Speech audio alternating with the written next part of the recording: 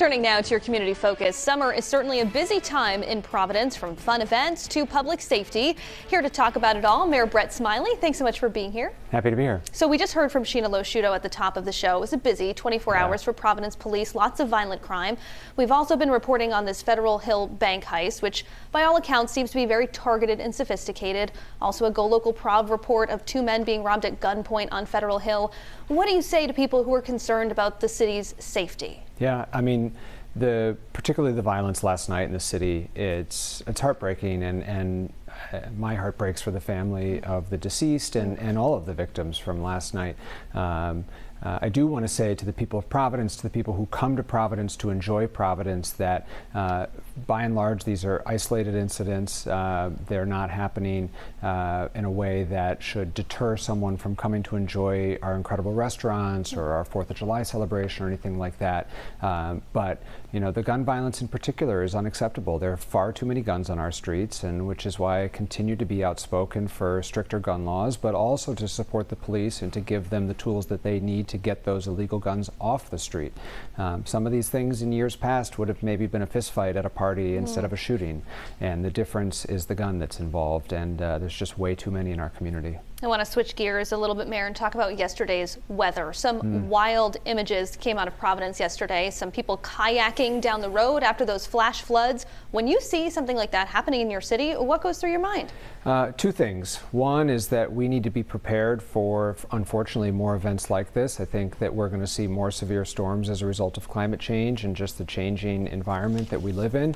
And 2, that our infrastructure is not adequately prepared to take advantage or to process storms like this. And so, you know, we were on the spot, particularly down Pleasant Valley Parkway, which is where some of these were, on Atwells Avenue, several places around the city that are prone to flooding. And DPW, Providence Fire, Providence Police were there and assisting, but that's all reactionary. And so we need to be more proactive, which is why in addition to the budget that passed, we also have what's called a capital improvement plan, and I've proposed $35 million for sewer upgrades over the next 5 years, in addition to $5 million of sewer work in our ARPA funds, our federal funds, so $40 million of sewer work, which unfortunately still won't solve the problem. It will be meaningful, and I think we can make a big difference in these kind of chronic flooding areas. But the amount of work that needs to be done kind of under the pavement, in the pipes, in the ground, is millions, and is going to require sustained investment for years to come. School zone speed cameras. Yes. Are they off for the summer? Yes. How much money did they generate this past year? But the school zone cameras generated about $3 million, and the red light cameras generated about $2 million, about $5 million between the two. And the red light cameras stay on year round, but the school zone cameras are off. And I know the school zone cameras predated you as mayor. Are you happy with how they're working? Do you think they're having the desired effect? And are you considering getting rid of them?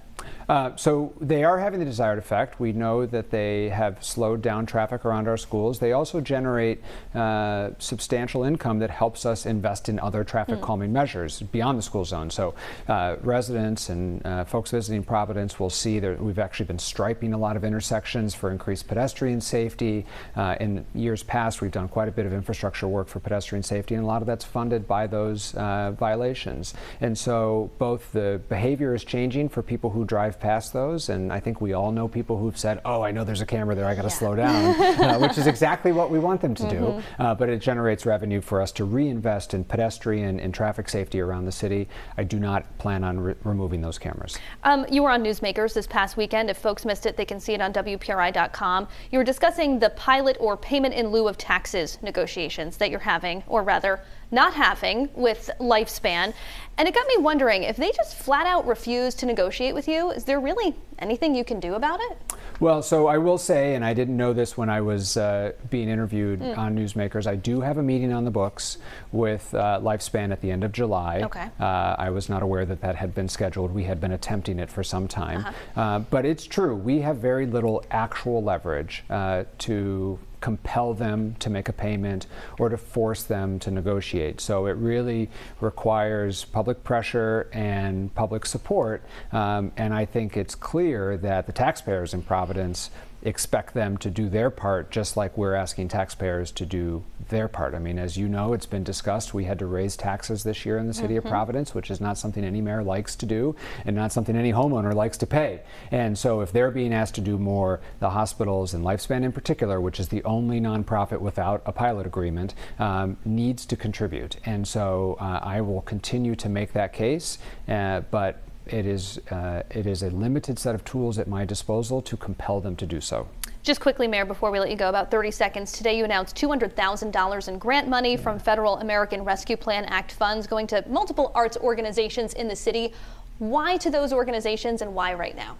So this was part of the ARPA ordinance, the federal funds that were passed last year. And so that's why this funding was, but I fully support it and I'm excited about it. And the time is right because we're supporting artists of color to bring programming, to both support their organizations, but also to bring programming to the community. And so I think it's will further enhance and solidify our reputation as the creative capital and as a destination for arts programming, not just in Rhode Island, but in New England. All right, Providence Mayor Brett Smiley, thanks as always for being here at 4. Thank you.